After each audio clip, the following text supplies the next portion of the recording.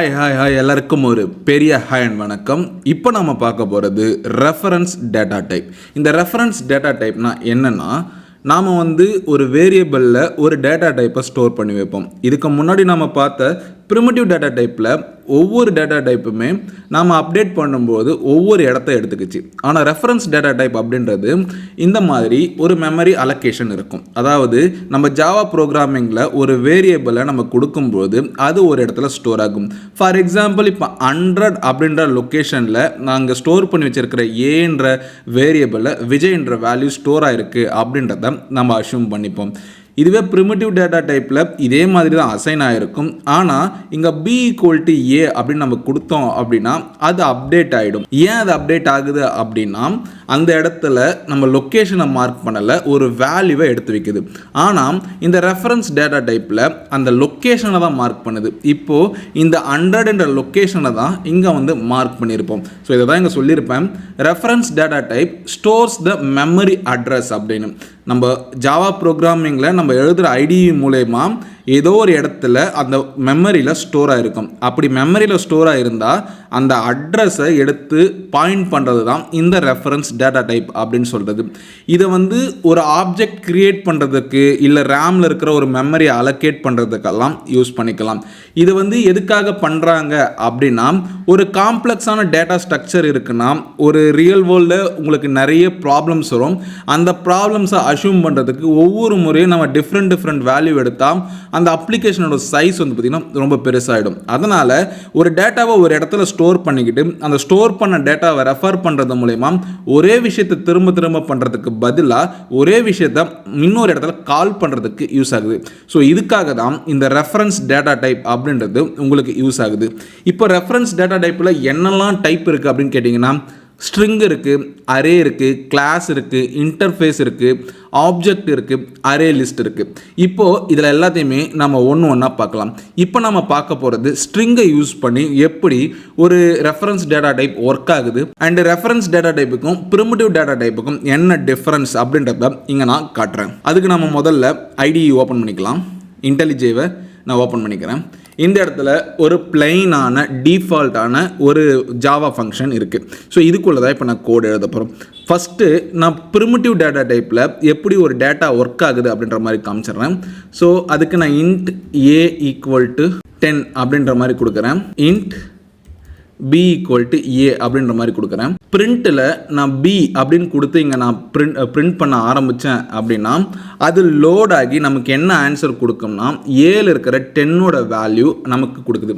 ஆக்சுவலாக இங்கே என்ன நடக்குதுன்னா, ஏக்கு நான் 10ன்னு கொடுத்துட்டேன், பிக்கு ஏன்னு கொடுத்துட்டேன். அப்போது பியோட வேல்யூ என்னென்னா ஏல ஸ்டோர் ஆகிருக்க 10 அப்படின்ற மாதிரி கொடுத்துருக்கேன். ஸோ இப்போது a = 20 அப்படின்னு நான் பிரிண்ட் பண்ணுறேன். இப்போ நான் system.outல நான் பியோட வேல்யூ பிரிண்ட் பண்ணால் என்ன வருது அப்படின்றத நீங்களே பாருங்கள். ஸோ 10 அப்படின்ற மாதிரி வருது. ஏன் அப்படின்னா இது நமக்கு இந்த ஏவோட வேல்யூ எடுத்து இன்னொரு மெமரி லொக்கேஷனில் ஸ்டோர் ஆகிடும். அகைன் உங்களுக்கு நான் பிரிண்ட் பண்ணி காமிக்கிறேன். system.outல நான் ஏவையும் பிரிண்ட் பண்ணி காமிக்கிறேன். இப்போ நான் பிரிண்ட் பண்ணி காமிக்கிறப்போ இங்கே ஒன்று நடக்கும். ஸோ இந்த இடத்துல பியை பிரிண்ட் பண்ண சொல்ல 10ன்னும், இந்த இடத்துல நான் பியை பிரிண்ட் பண்ண சொல்ல அகைன் 10 தான் வந்திருக்கு. ஏவை பிரிண்ட் பண்ண சொல்ல இங்கே அப்டேட் பண்ண வேல்யூ 20. பேசிக்காக இங்கே என்ன நடக்குது அப்படின்னா, ப்ரிமிட்டிவ் டேட்டா டைப்பில் ஒரு வேல்யூ நான் கொடுத்துட்டேன். இந்த வேல்யூ ஒரு பர்டிகுலர் மெமரி லொக்கேஷனில் போய் அலோகேட் ஆகிடும். இப்போ b = a அப்படின்னு நான் கொடுத்தேன் அப்படின்னா இந்த வேல்யூவுமே அது என்ன பண்ணுன்னா இன்னொரு இடத்துல போயிட்டு மெமரியாக அலோகேட் ஆகிக்கும். ஸோ இந்த இடத்துல b = a 10ன்றது ஸ்டோர் ஆகிடுச்சு. இந்த இடத்துல ஆல்ரெடி 10ன்னு இருக்குது. ஸோ இப்போ என்னன்னா, நான் a = 20ன்னு கொடுத்தேன்னா இந்த ஏவோட வேல்யூ 20ன்னு சேஞ்ச் ஆகுமே தவிர இந்த பியோட வேல்யூ 20ன்னு சேஞ்ச் ஆகுமானா ஆகாது. இது எங்கன்னா ப்ரிமிட்டிவ் டேட்டா டைப்பில். இப்போ நான் ரெஃபரன்ஸ் டேட்டா டைப்புக்கு உங்களுக்கு ஒரு எக்ஸாம்பிள் தரேன். இப்போது நான் ரெஃபரன்ஸ் டேட்டா டைப்பில் இப்போ நம்ம பார்க்க போகிறது ஸ்ட்ரிங்குன்னு சொன்னல, ஸ்ட்ரிங்கில் நேம் = நான் டபுள் கோட்ஸில் விஜய் அப்படின்னு கொடுத்துக்கிறேன். ஸோ இப்போ நான் விஜய்னு கொடுத்தவொடனே இப்போ நான் நேம்ன்ற வேரியபிளில் ஸ்ட்ரிங்கோட டேட்டா டைப்பை நான் விஜய் விக்னேஷ்னு ஸ்டோர் பண்ணிட்டேன். ஸோ இந்த இடத்துல நான் இன்னொரு வேரியபிள் க்ரியேட் பண்ணுறேன். ஸ்ட்ரிங் name1 = நேம் அப்படின்னு நான் கொடுத்துட்டு நான் எக்ஸ்பிரஷன் டெர்மினேட்டரை யூஸ் பண்ணி அதை நான் முடிச்சிட்டேன். இப்போ வந்து நான் நேம் 1ஐயும் பிரிண்ட் பண்ணுறேன் அண்ட் நேம் 2ஐயும் நான் பிரிண்ட் பண்ணி காமிக்கிறேன். இப்போ எனக்கு இங்கே என்ன கொடுத்துருக்கேன்னா நேம் ஈக்குவல் டு விஜய் விக்னேஷ்னு கொடுத்துருக்கேன். இப்போ இந்த இடத்துல நேம் 1 இருக்கும்போது நேம்ன்றதை நான் கொடுத்துட்டேன். ஸோ நேம் 1 நான் பிரிண்ட் பண்ணும்போது நேமில் என்ன வேல்யூ அக்யூர் ஆகிருக்கோ அந்த வேல்யூ வந்து இங்கே வந்துடுச்சு. அதே மாதிரி நேமை நான் பிரிண்ட் பண்ண சொல்ல இங்கே விஜய் விக்னேஷ் அப்படின்ற மாதிரி வருது. இப்போ நான் என்ன பண்ண போகிறேன் அப்படின்னா நேமோட வேல்யூவை நான் சேஞ்ச் பண்ண போகிறேன். நேம் ஈக்குவல் டு இப்போ ரீசெண்டாக ட்ரெண்டிங்கில் இருக்கிற வைபவோட பேர் எடுத்துக்கிறேன். வைபவ் சூரியவம்சி அவருடைய பேர் எடுத்துகிட்டு நான் நேமோட வேல்யூவில் அவரை நான் கொடுத்துட்டேன். இப்போ நான் நேம் 1ஐயும் நான் பிரிண்ட் பண்ணி காட்டுறேன். இப்போ உங்களுக்கு ஈஸியாக வந்து டிஃப்ரென்ஸ் புரியும் பாருங்கள், ப்ரிமிட்டிவ் டேட்டா டைப்புக்கும் ரெஃபரன்ஸ் டேட்டா டைப்புக்கும் என்ன வித்தியாசம் அப்படின்னு. ஸோ இந்த இடத்துல என்ன நடந்திருக்கு அப்படின்றத பார்க்கலாம். இப்போ நான் முதல்ல நேம்ன்ற வேரியபிள் கொடுத்துக்கிட்டேன், விஜய் விக்னேஷ்னு கொடுத்தேன். ஸோ அது இங்கே பிரிண்ட் ஆகிடுச்சு. அதே மாதிரி நேம் 1க்கு நேம்ன்றதை கொடுத்தேன். ஸோ இந்த நேமில் என்ன ரெஃபரன்ஸ் ஆகிருக்கோ அது வந்து இங்கே பிரிண்ட் ஆகிடுச்சு. ஆனால் இந்த இடத்துல இப்போ நான் நேமோட வேரியபிள் இங்கே மட்டும்தான் நான் மாற்றுறேன். இந்த நேமோட வேரியபிளை நான் வைபவ் அப்படின்ற பேரை மாற்றிட்டேன். இப்போ வைபவ்னு மாற்றினதுக்கு அப்புறம் இந்த இடத்துல நான் நேம்னு பிரிண்ட் பண்ண சொல்ல நான் அப்டேட் பண்ண வேல்யூ வந்துடுச்சு. ஆனால் இப்போ நான் நேம் 1ஓட வேல்யூ இந்த இடத்துல பிரிண்ட் பண்ணும்போது எனக்கு வந்து விஜய் விக்னேஷ் நேம் பிரிண்ட் ஆகிருக்கு. காரணம் என்ன அப்படின்னா நான் முன்னாடியே சொல்லியிருந்தேன் ஒரு அட்ரஸ் லொக்கேஷனில் தான் வந்து இந்த ரெஃபரன்ஸ் டேட்டா டைப் வந்து லொக்கேட் ஆகுது அப்படின்னு. இப்போ 100ன்ற லொக்கேஷனில் நான் நேம்ன்ற வேரியபிளுக்கு நான் வைபவ்னு வச்சுருக்கேன். ஆனால் இப்போ இங்கே என்ன நடந்திருக்கு அப்படின்னா நான் நேம் 1க்கு நேம்ன்றதை கொடுத்துட்டேன்.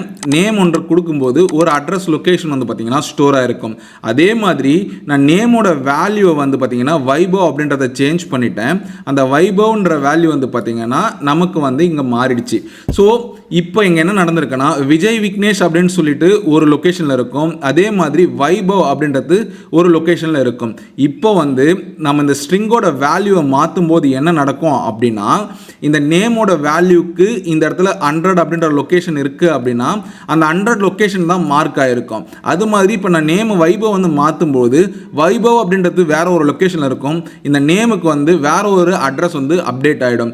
அதனால தான் இந்த இடத்துல நம்ம நேம்னு பிரிண்ட் பண்ணும்போது நமக்கு வந்து இந்த வேல்யூ வந்து அப்டேட் ஆகிருந்தது.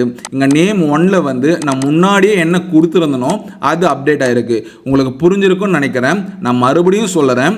ஃபஸ்ட்டு வந்து நேம்ன்ற ஒரு வேரியபிளை சூஸ் பண்ணிக்கிறேன். அந்த நேம்ன்ற வேரியபிளில் என்னோட பேர் விஜய் விக்னேஷ் நான் கொடுத்துட்டேன். இப்போ நேம் 1ல் நான் என்ன பண்ணியிருக்கேன்னா நேமை வந்து கால் பண்ணுறேன். அப்போது இந்த நேம் 1ஓட வேல்யூ என்னன்னா விஜய் விக்னேஷ் அப்படின்றது தான் வேல்யூ. இப்போ நான் பிரிண்ட் பண்ணி பார்க்கும்போது நேம் 1 விஜய் விக்னேஷ், நேமும் விஜய் விக்னேஷ் அப்படின்ற மாதிரி எனக்கு பிரிண்ட் ஆயிடுச்சு.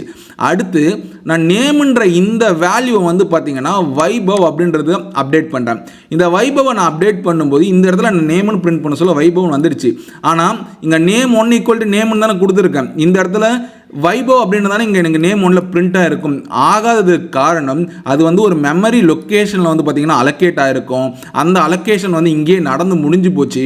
இந்த இடத்துல வந்து நான் வைபவ்னு அப்டேட் பண்ணாலும் அந்த வைபவ்ன்றது வேற ஒரு மெமரி லொக்கேஷனில் அலோகேட் ஆகி இந்த நேமுக்கு அந்த வேற ஒரு மெமரி லொக்கேஷன் தான் அலோகேட் ஆகுமே தவிர இந்த இடத்துல நம்ம வந்து இந்த நேம் 1 ஈக்குவல் டு நேம்ன்றது இங்கே மறுபடியும் ரன் ஆகாது. அதனால் நேம் 1க்கு இங்கே என்ன இருக்குது, நேம் இருக்குது. இந்த நேமுக்கு என்ன இருக்குது, விஜய் விக்னேஷ் இருக்குது. அப்போ இதுதான் ஆன்சராக எனக்கு பிரிண்ட் ஆகுது. ஸோ இதுதான் பேசிக்காக உள்ள நடக்குது. உங்களுக்கு புரிஞ்சிருக்கும்னு நினைக்கிறேன். புரியலை அப்படின்னா மறுபடியும் இந்த வீடியோவை ரிப்பீட் பண்ணி பாருங்கள் அண்ட் இந்த கோடை வந்து ப்ராக்டிஸ் பண்ணி பாருங்கள். அப்போ தான் உங்களுக்கு இந்த ரெஃபரன்ஸ் டேட்டா டைப்னா என்னன்னு புரியும். ஸோ இப்போ welcome to the task time. இப்போது நான் உங்களுக்கு ஒரு கொஸ்டின் கொடுக்குறேன். என்னென்னா ஒரு ஸ்டூடெண்ட்டோட ப்ரொஃபைல் சிஸ்டத்தை நம்ம கிரியேட் பண்ணணும். அதில் நம்ம வந்து ஸ்டூடெண்ட்டோட நேமு, ஏஜ், கோர்ஸ் என்ன அப்படின்னு சொல்லிட்டு நம்ம அப்டேட் பண்ண போகிறோம். ஸோ இது எல்லாத்தையுமே நீங்கள் பண்ணுவீங்க அப்படின்னு நம்பிட்டு இதுக்கான ஆன்சரை நெக்ஸ்ட் வீடியோவோட ஸ்டார்டிங்கில் நான் உங்களுக்கு கொடுக்குறேன். அண்ட் மறக்காமல் யூஸ் பண்ணுங்கள். இதில் நேமும் கோர்ஸும் பார்த்தீங்கன்னா நம்ம ஸ்ட்ரிங் டைப்பில் யூஸ் பண்ணுவோம். ஏஜ் வந்து இன்டீஜர்லேயோ இல்லை வந்து நம்ம பைட் டேட்டா டைப்லையோ நம்மளால் யூஸ் பண்ணிக்க முடியும். ஸோ இதை பேஸாக வச்சு உங்களால் பண்ண முடிஞ்சால் தாராளமாக நீங்கள் பண்ணி பார்க்கலாம். அண்ட் சீக்கிரமாக இதுக்கு நான் என்ன பண்ணணும் அப்படின்ற சொல்யூஷனோட நெக்ஸ்ட் வீடியோவில் உங்களை சந்திக்கிறேன். Until then bye bye. இது வெப்டெக் அகாடமி. ஒன்றா படிக்கலாம், சேர்ந்து படிக்கலாம், ஒன்றா வளரலாம். நன்றி.